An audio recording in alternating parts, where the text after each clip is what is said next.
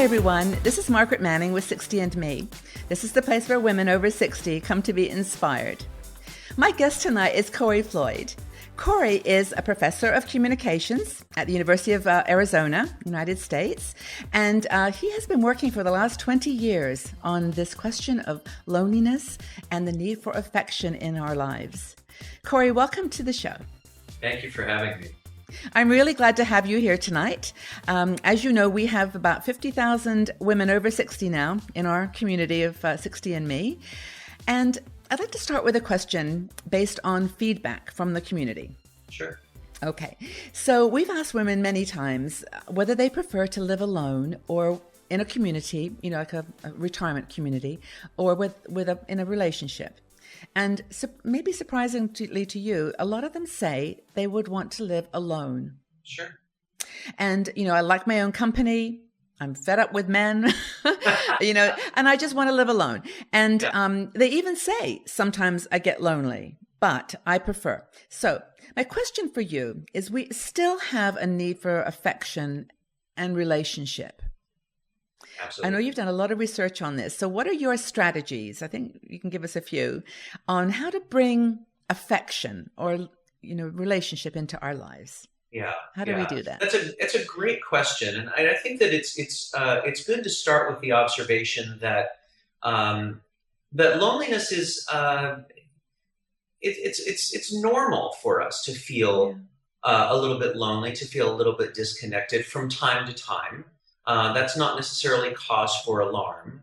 I think that when we start to get a little bit alarmed by that is when we're noticing that we're feeling lonely a lot of the time, when it becomes more of a chronic condition for us, and we find that we are yearning a little bit for some more affection in our lives. Now, there's nothing wrong with living alone, absolutely, and if that's the lifestyle that people choose, it just takes some thinking about what can I do to make sure that that being alone doesn't mean being disconnected from other people. Right. And one piece of advice that I think is useful is to nurture a variety of affectionate relationships. So one of the issues that I hear come up over and over again in the people that I talk to in my research is, well, I want more affection from my children, or I want more affection from my spouse, or from these particular people in my life. And it certainly makes sense. Those are very important relationships for many of us, and affection is something that we crave. Right. But it's easy for us to kind of lock ourselves into a very narrow kind of conception of affection, and to think that, well, if I don't get it from these people, then it's not meaningful.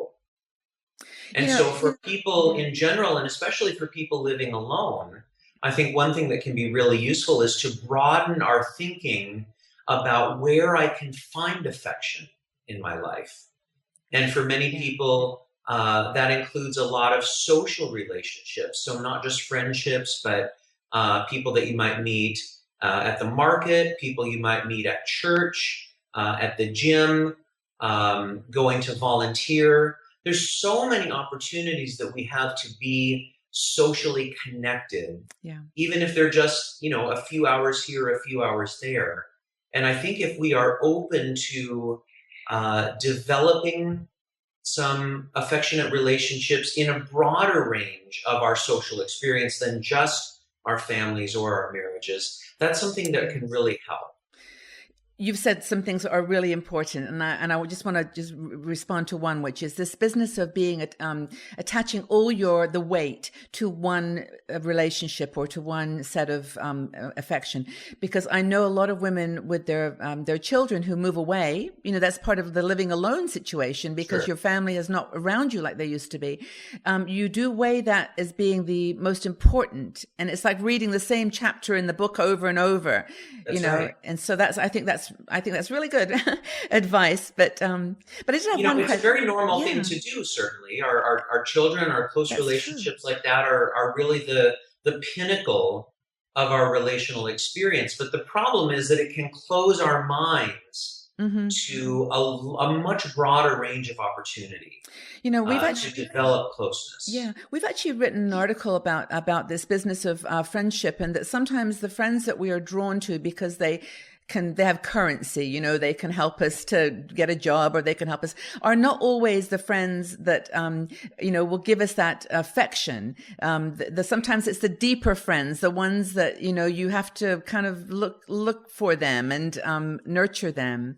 Absolutely. But I did have one question for you before you go on to the other strategies, because I know you've got a few more. Could you just tell us what the difference in your mind is between like affection and just being kind or even love? What's affection in your mind? It's a nice word. There's a lot of overlap between those ideas. And I think of affection as the kinds of behaviors that we use to express feelings of love and feelings of kindness for others.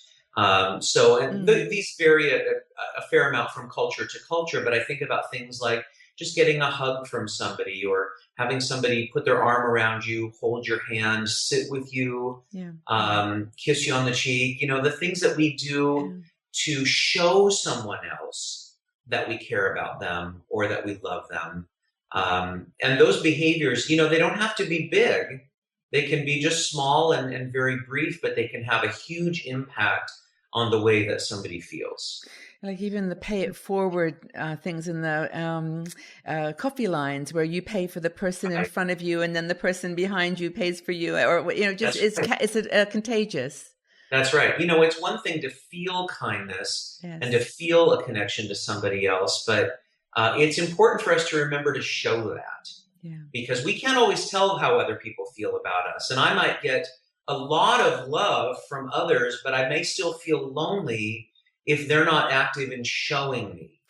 So what are some other ideas, some other strategies for getting affection? I mean, asking for it, I guess, or one thing that I often also talk about is the importance of recognizing expressions of affection that we're already receiving, but we may not be paying attention to. And this happens a lot in very close relationships, where two people may have very different styles, very different ways of conveying their affection. So it might be between a parent and a child, for example, who just have very different modes when it comes to showing each other how much they care about each other. And it's easy, if we just think about the particular behaviors that we prefer and that we like to receive, it's easy to miss things that someone else is doing.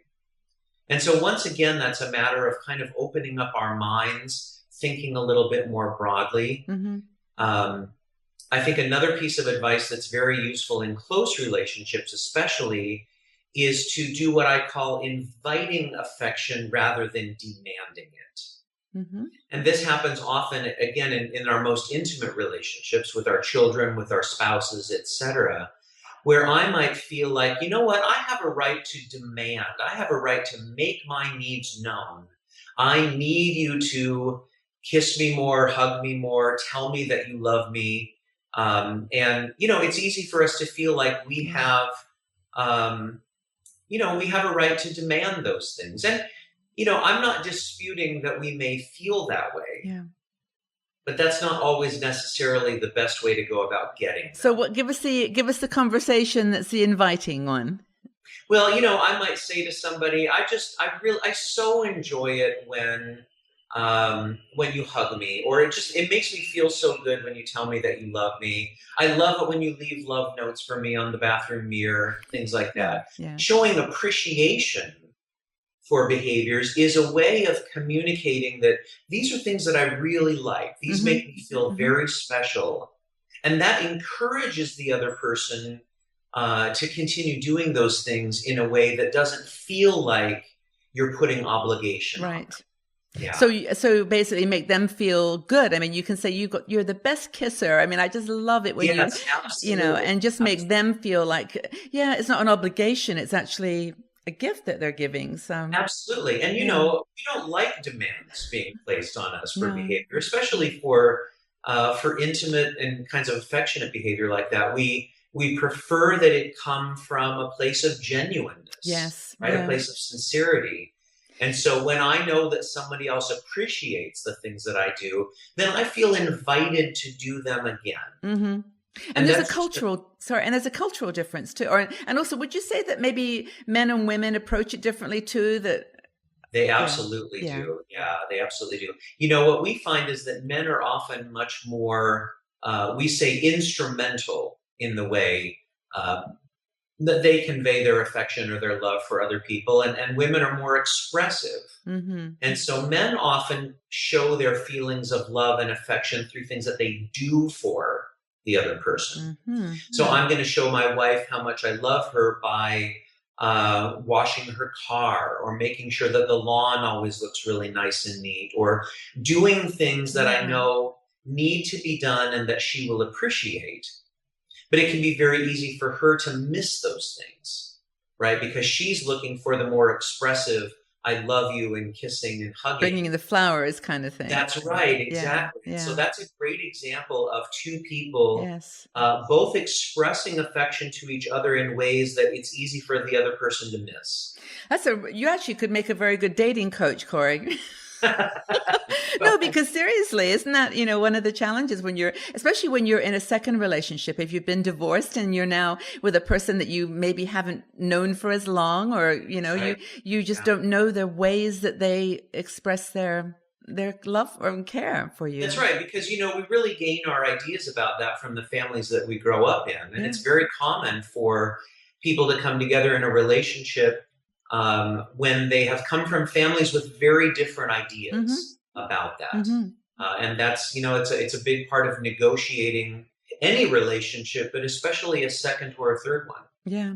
So I guess the message really is that, being lonely is not a necessary part of getting older, that there's all kinds of ways you can invite affection and love into your life. And any last words, any bits of advice for all these 50,000 older women out there looking for affection in their lives? Well, I think you really hit the nail on the head by saying that loneliness, it's not an abnormal aspect of growing older, but it's not a necessary aspect. It's a condition that can be treated, that can be fixed. And even though it can seem like a very complex problem, that doesn't mean that it has to have complex solutions. There's small things that we can do that can make a huge difference. And sometimes it really starts with kind of broadening our minds. I love that advice. And I think that we've got a lot of independent women out there, not just in my community, but in our, in the world. And I think that they sometimes think that independence means being apart from people, or being, not needing things, and you've said in your research that there's this huge need for affection. It's not even a intellectual thing. No, it's a very evolved thing in the human species. And you're absolutely right. Being independent doesn't mean that we don't have a need for social connection. We absolutely do. And it's a need that we can't afford to ignore. This has been great advice, and I think that people are going to appreciate it, because you've given a completely fresh lens on this whole conversation about wanting and asking for affection. Absolutely. Thank you, Corey. It's really great You're talking very with welcome. you. Thanks a lot.